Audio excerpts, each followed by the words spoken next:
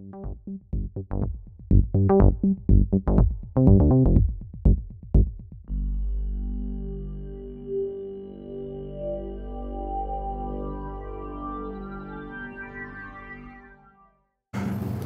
of the things with me is growing up and being in a bait shop, a lot of people didn't believe that I was catching fish.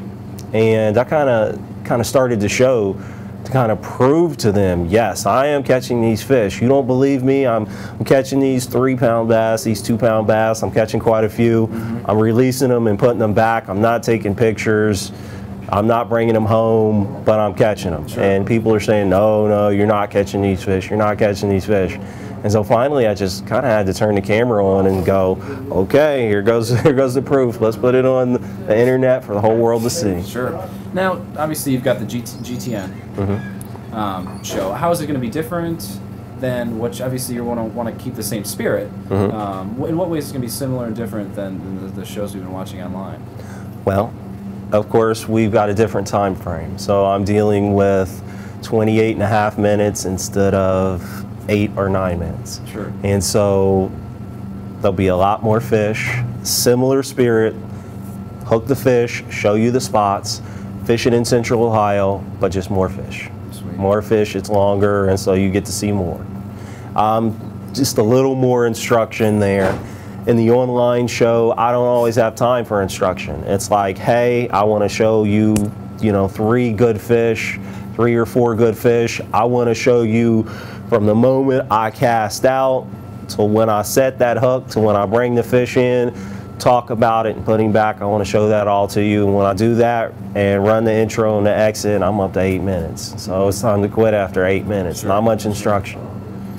But we'll change that in the show and just give a few more tips. So how many episodes is your first season going to be? The first season is going to be a short one. We're just going for 3 episodes. Sweet.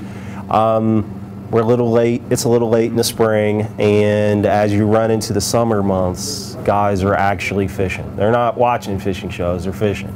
So we want to just push 3 shows out, let them see it, let them know that, hey, Fishing with Joe just isn't on the internet, but it's on TV now, and keep looking, because we're coming back with a whole lot more, and it's going to be a whole lot better. This is the show you've been waiting for if you live in Central Ohio. Sure. Yeah, I'm excited. I can't wait to pirate all your spots. Well, you're going to keep seeing me out there. I hope you're ready for that.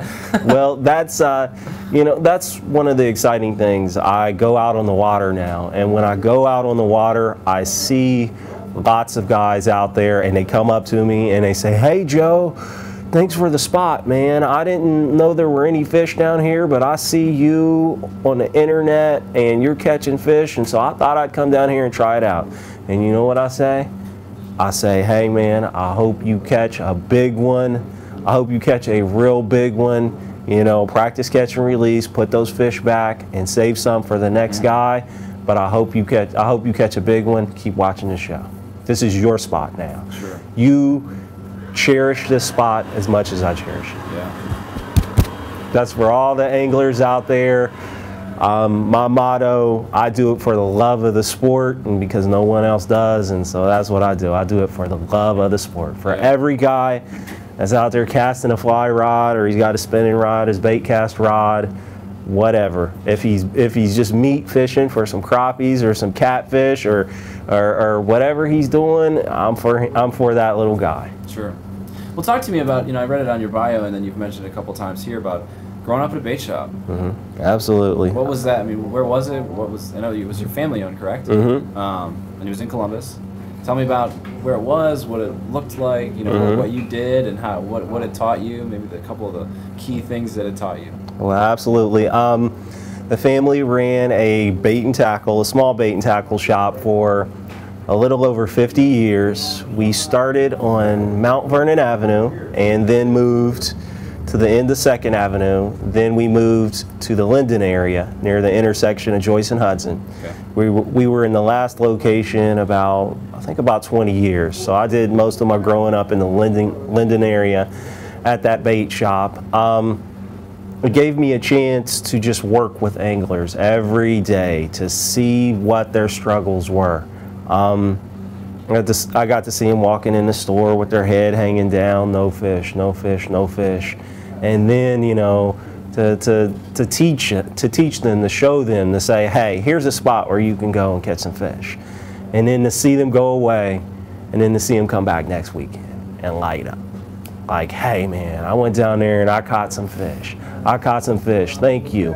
And for me, we couldn't sell bait unless we could tell somebody where they could go to catch some fish. And so my livelihood depended upon knowing where the fish were hitting at. If I didn't know where the fish were hitting at, I would sell a dozen night crawlers. Right. If I knew where the fish were hitting at, I'd sell 3. Yep. I could make a little bit of a profit. Then I had a whole lot of experience just actually being in the rivers, being in the waterways. We would go out, we would seine our own bait for the bait shop. And in being out there in the river, seining the bait, I learned how to read a river. I learned about areas that'll hold crayfish, areas that'll hold minnows, and then in turn areas that'll hold the game fish. And what you look for when you're walking down a river. You know, when you see all that swift water and you're in some of the little creeks in this area, like, you know, Darby Creek or Big Walnut Creek, you know, you see that swift water and, you know, you think a shallow area, an area where you've got a harder bottom, where current is being pushed through, where food is being pushed through, where fish will line up. You see those deeper holes and you think of areas where the fish might winter at. You know, areas that may hold catfish and may hold crappie as opposed to bass.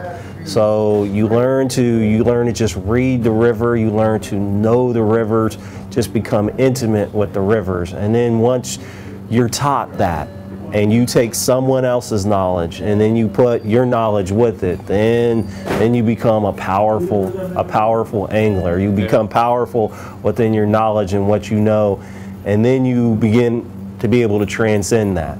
You begin to be able to go to places that you've never seen before, that you don't know, and be able to look at that river and say, hey, I don't think there are any fish here. I don't think there are any fish here. But this is where I think the fish are. So just like with the video that I did in Dayton, Ohio, I know quite a bit about the Great Miami River. I grew up seining crawls in the Great Miami River, but never had a chance to put a boat on the Great Miami River right in the middle of Dayton. Sure. But before I did, I was able to look at the maps. I was able to look at geographically what was happening in those areas. And I was able to say, hey, this is where I'm going. Nobody else will go to downtown Dayton, Ohio and put on a show, but I'm gonna put on a show for the people of Dayton, Ohio. They deserve it.